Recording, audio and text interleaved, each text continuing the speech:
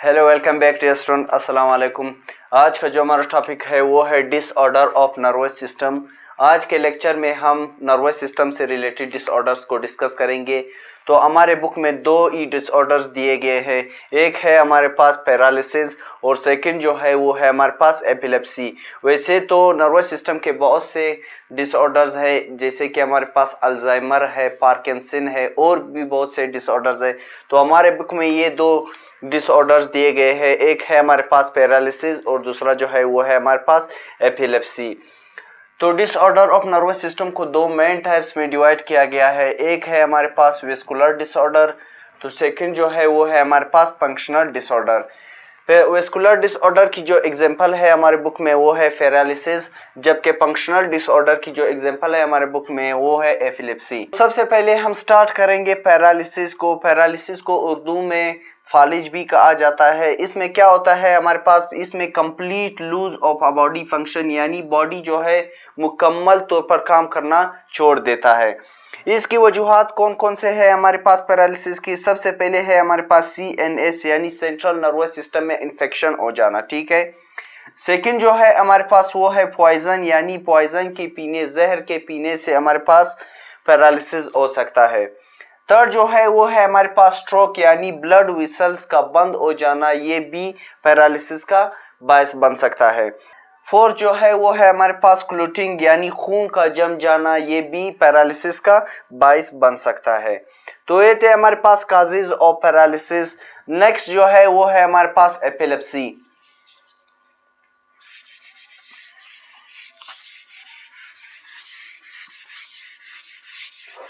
Next जो है वो है हमारे पास एपिलेप्सी।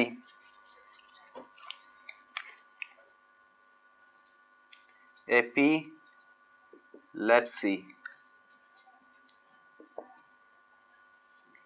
एपिलेप्सी में हमारे पास क्या होता है, इसमें एबनॉर्मल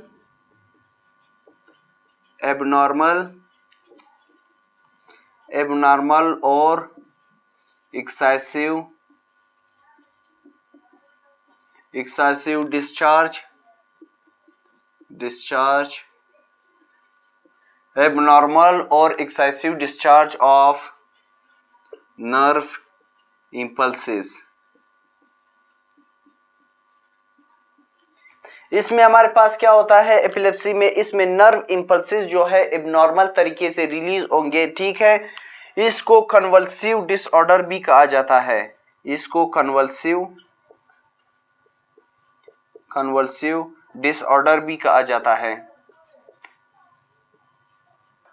तो अब आते हैं इसकी काजेस की तरफ के कौन कौन से वजूहात है जिसकी वजह से एपिलेप्सी काज होती है। तो अब आते हैं इसकी काजेस की तरफ के कौन कौन से वजूहात है जिसकी वजह से एपिलेप्सी काज होती है। सबसे पहले है हमारे पास यंगर, यानी छोटे बच्चों में ये जेनेटिकली होता है, जेनेटिक होता है या फिर म्यूटेशन, ठीक है। छोटे बच्चों में ये जेनेटिकली तौर पर होता है, जबकि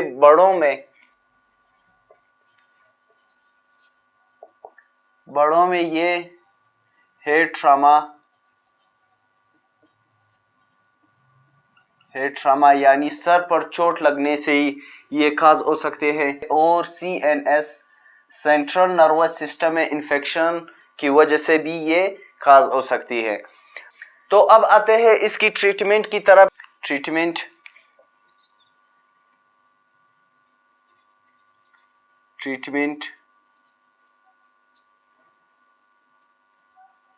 इसकी ट्रीटमेंट इलाज हमारे पास क्या है? इसकी इलाज है नहीं हमारे पास, इसको हम मेडिसिन से ठीक कर सकते हैं जो स्ट्रोक्स को कंट्रोल कर सकते हैं। एक है हमारे पास एंटी कॉन्वेलेंट,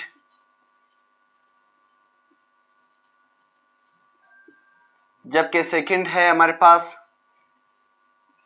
एंटी एपिलेप्टिक।